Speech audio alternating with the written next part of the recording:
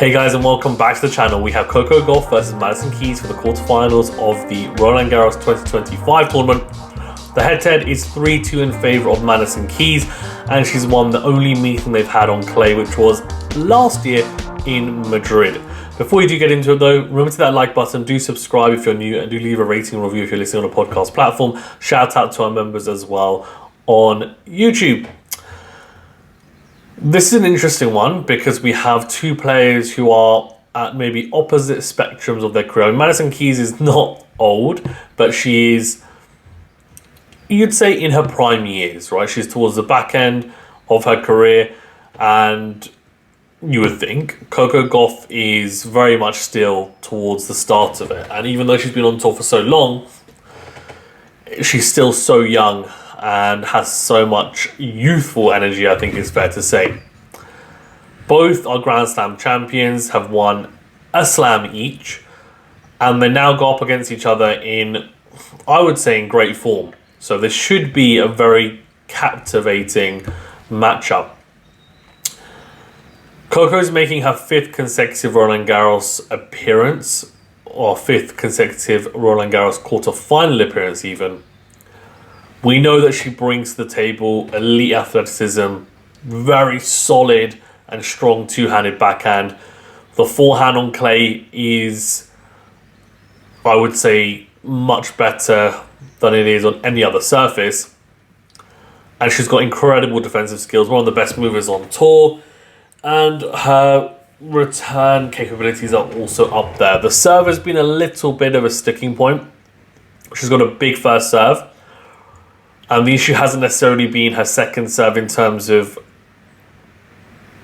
the potency of it. It's more to do with the fact that she's been hitting quite a few double faults. She leads the WTA leaderboard for most double faults hit in the season. She's yet to drop a set in Paris, and she reached the finals of Madrid and Rome, so she's in great form.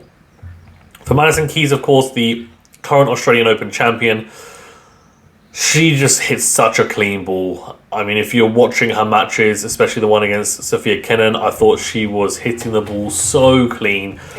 And when she's hot, she's really hot. She is very tough. Very, very tough to beat when she's really dialed in and in rhythm. She's got an incredibly explosive forehand, massive serve as well. And I think the biggest issue for her is the consistency and how can she balance being aggressive, hitting winners versus the unforced error count. But she enters this match on an impressive 11-match Grand Slam winning streak, of course, because she's unbeaten since the Australian Open in Grand Slams, and her clay court game has significantly evolved and improved, with her husband actually and coach Bjorn Fratangelo, even proclaiming that it's actually potentially her best surface, which is interesting. It could be to do with the fact that she has more time to set up her ground stroke, so it probably means less errors. She won't she won't be able to hurt people as much on a slow clay court surface with her weapons, but because her weapons are so big, she's still able to do more than enough damage to have an effective style on this surface.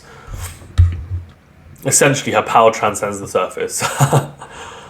So, head-to-head, as I said, it's 3-2 in favour of Madison Keys, and the one win on clay, or one match on clay, was last year in Madrid. Madison Keys won in 3 sets.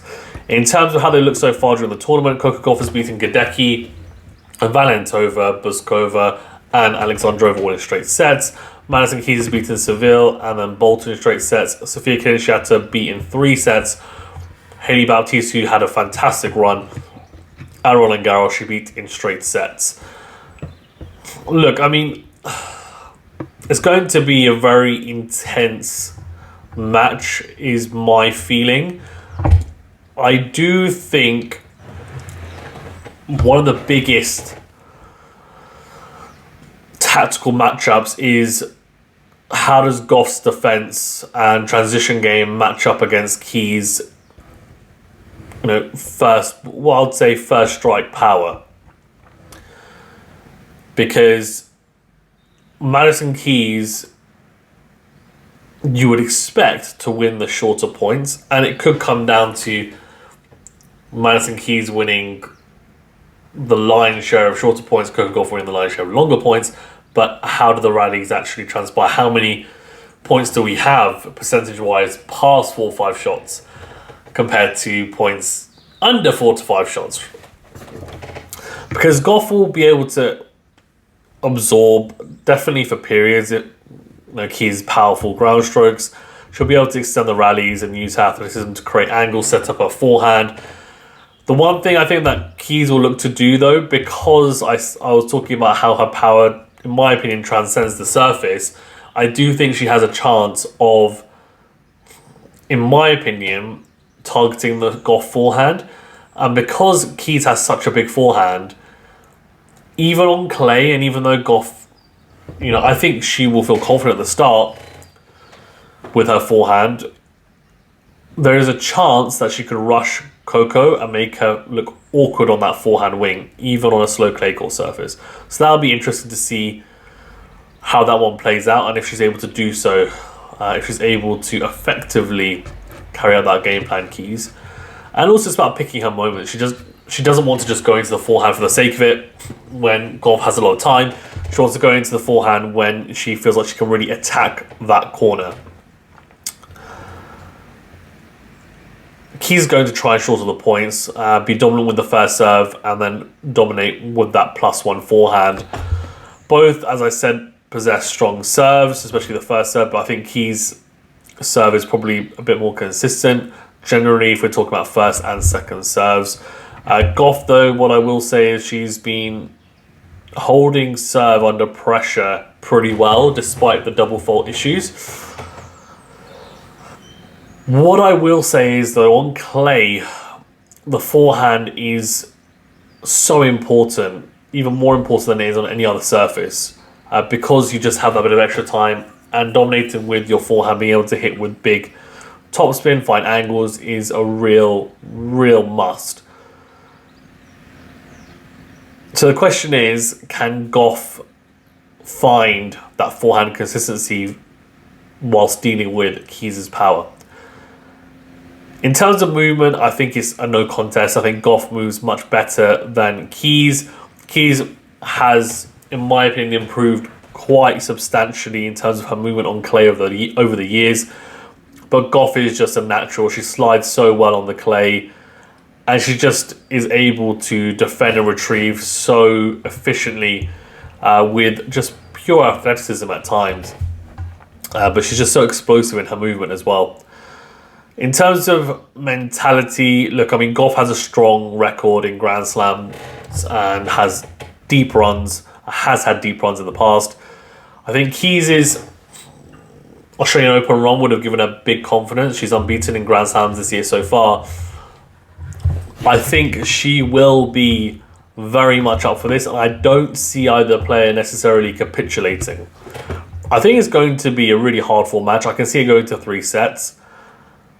What I will say is that in terms of form, I think Gauff is in better form. But I have this weird feeling that Keys might potentially be able to quote-unquote hit it off the court and make her feel really awkward at times, especially on the forehand wing. If Gauff is able to keep Keys at bay and stop her really coming on to her, then that's going to be, in my opinion, the biggest key to Gauff winning. If she's able to make sure that Keys isn't constantly on the front foot and Coco's having to continually defend, then I think she'll lose. But if she's able to push Keys back with her own defensive game and transition game, then I think she'll get the W. So I do think those are the 2 scenarios I see happening. I'm actually going to go a bit left field here and pick Madison Keys to win in 3 sets. It's a big call. I don't know what it is. This matchup to me, I just have a feeling that Keys is going to do something special. But we'll see. We'll see. I could easily see Coco winning as well. Let me know in the comment section below what you think and why. Thanks very much, guys. Stay safe and well. We'll see you next video.